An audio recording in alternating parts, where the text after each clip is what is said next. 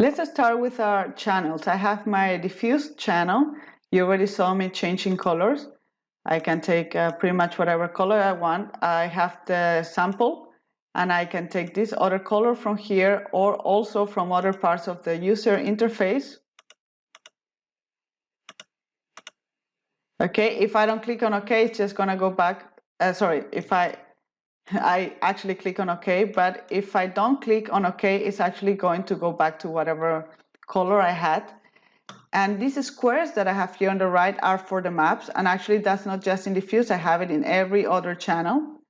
Okay, and this is the input for my map. So if I would pick a map down here, let's just say this checker map, and I add it to the Diffuse channel, I actually see here an M, that's where I add my maps.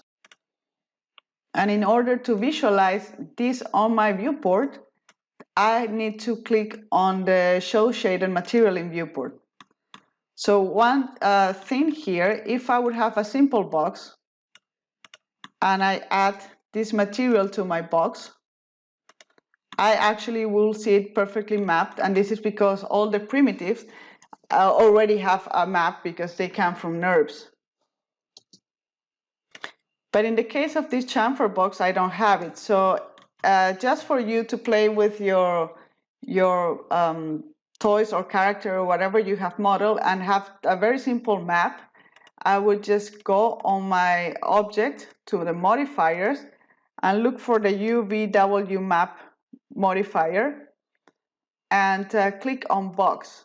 And that's going to give a very basic map that already allows me to work with. The next step on my channels would be the reflection. For that, I'm going to turn on the show background in preview, and I can see that my background is not being reflected on my material. The reflect channel works as many other things in V-Ray with blacks and white values, being black being 0 and one being and white being 1. So if I click here on and look for white, you see that it's completely reflective. So let's say this is going to be a plastic, in which case it's never going to be completely white.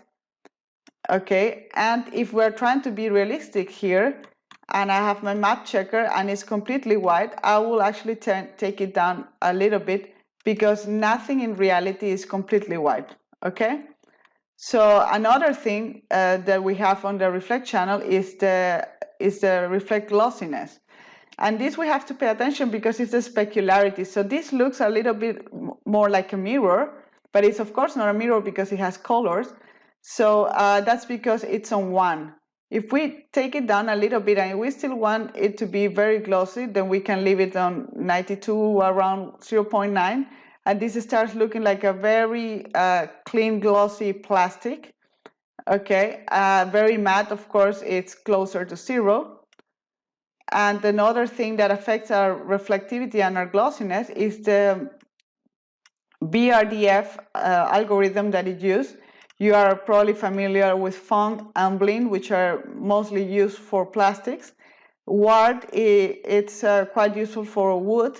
And now we have this microfacet GTR or GGX, which can work for many materials actually, so I'm going to leave it there.